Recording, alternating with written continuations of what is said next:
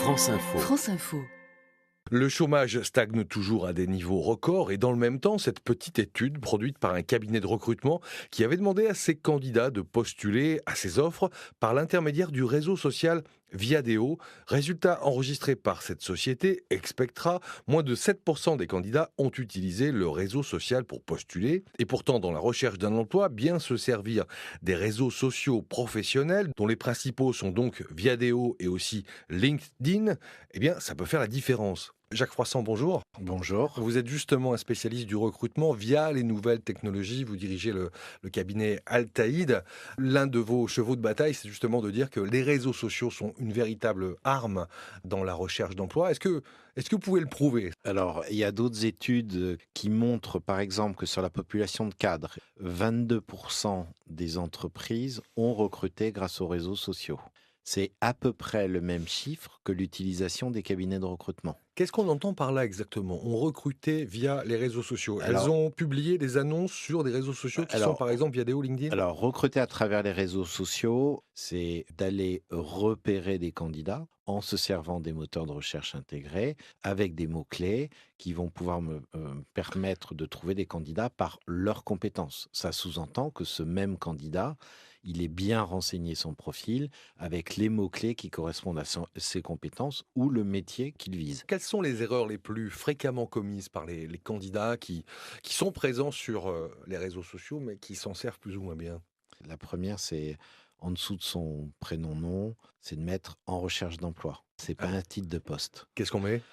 On met le poste qu'on vise, commercial agroalimentaire, chef de secteur, grande distribution, hypermarché, supermarché. Donc même si on ne l'est plus, hein, même si on n'a plus ce poste. Voilà, même si on n'a plus ce poste, c'est ce qu'on appelle votre titre. Et ce titre est très important aux yeux du moteur de recherche interne. La deuxième, c'est d'avoir un profil où on met juste commercial, société Tartampion et on définit pas ce qu'on a fait en dessous. Un profil LinkedIn ou Viadeo, c'est un profil où on a plus de place qu'un CV. Troisième erreur classique sur les profils, sur LinkedIn, il y a une partie qui s'appelle résumé, qui s'appelle présentation sur Viadeo, qui est une façon de faire un résumé de vos Une compétences. petite bio, hein, Bio Express. C'est là où c'est l'occasion aussi de dire je suis en recherche d'emploi, là vous pouvez le faire. Mais de faire un petit résumé de vos savoir-faire professionnels pour les mettre en avant et là aussi en pensant aux mots-clés. Chez les jeunes, par exemple, Viadeo, 77%, hein, d'après une étude de l'APEC de l'an dernier, 77% chez les jeunes cadres ont un profil sur Viadeo.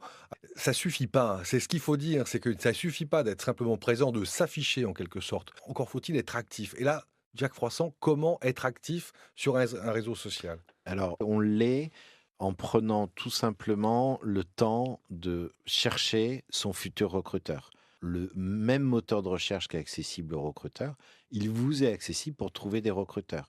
Et quand vous êtes sur un réseau comme LinkedIn ou Viadeo où il y a énormément de cadres, il y a énormément de cadres dirigeants et de patrons d'entreprise. Donc Alors comment on les énorme. repère, comment on les repère et comment on sait qu'ils cherchent des candidats? Alors, on ne sait pas forcément qu'ils recherchent des candidats, mais vous allez pouvoir les repérer en disant, par exemple, je suis commercial dans le secteur de l'agroalimentaire, je vais aller chercher directeur commercial agroalimentaire et je vais essayer d'approcher ces patrons en envoyant des messages qui soient clairs et qui soient un peu vendeurs. J'ai toujours performé dans mon secteur d'activité, je suis très intéressé par votre entreprise, ce qu'elle représente. Voilà, trouver des mots simples pour lui donner envie au moins de vous connaître et de vous contacter. Il n'a pas forcément le job, mais vous vous signalez à lui et le jour où il en a un, il va penser plus facilement à vous qu'à d'autres. Donc on peut demander directement une mise en relation avec ces personnes qui nous intéressent? Alors, on envoie ce qu'on appelle des messages.